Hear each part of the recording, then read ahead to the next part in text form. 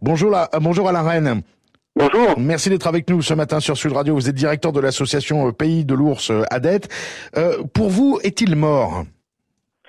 Alors, écoutez, a priori, effectivement, un ours a disparu cette année, puisque c'est dans le secteur des Pyrénées-Atlantiques où ils sont très peu nombreux et où ils sont pas très difficiles à repérer. Là où on a 2 ours habituellement, il semble bien qu'il n'y en ait plus qu'un. Quel âge a Camille ?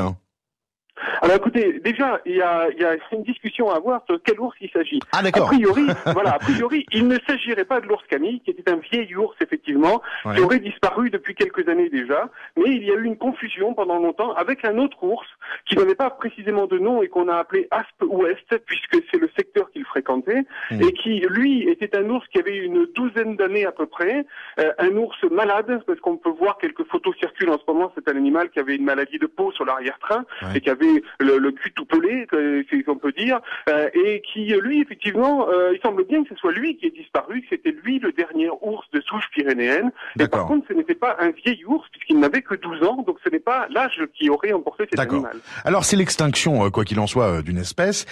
Ne pas avoir remplacé Cannelle rapidement, est-ce que ça a été une erreur ? Alors, tout d'abord, je vous reprends, ce n'est pas l'extinction d'une espèce, puisque l'espèce c'est ours brun, et l'ours brun, les ours qu'on a lâchés provenant de Slovénie sont exactement de la même espèce.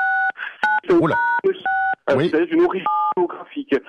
Et bien entendu, qu'il aurait fallu réagir il y a longtemps et même bien avant la disparition de l'ours Cannelle pour pouvoir sauver effectivement cette souche. Et maintenant, la seule solution, c'est bien de rapporter des ours d'ailleurs, comme on l'a commencé à le faire déjà de Slovénie, pour sauver effectivement l'espèce dans les Pyrénées. Alors pour l'instant, ce qui est prévu, c'est la réintroduction d'une seule femelle au printemps 2011, comme l'a promis la secrétaire d'État à l'écologie Chantal Joanneau. C'est pas assez donc, hein ? Ah ben, c'est évident qu'on ne sauve pas une population avec une femelle, mais dans le même temps, il faut bien commencer. Et commencer, c'est nécessairement par une femelle.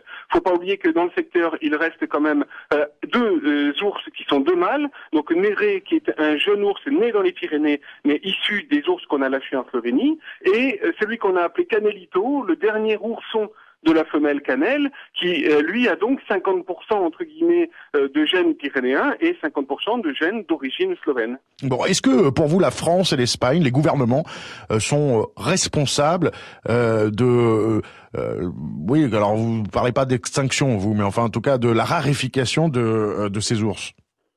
Mais bien entendu, les gouvernements sont responsables puisque légalement ils le sont, au regard de la loi européenne. Maintenant, on ne peut pas tout leur mettre non plus sur le dos, dans la mesure où il y a eu également des mouvements d'opposition au niveau local, qu'il est difficile pour un gouvernement, même avec les obligations, de s'opposer à des mouvements qui sont radicaux et qui parfois sont même violents. Merci beaucoup Alain Rennes d'avoir été avec nous.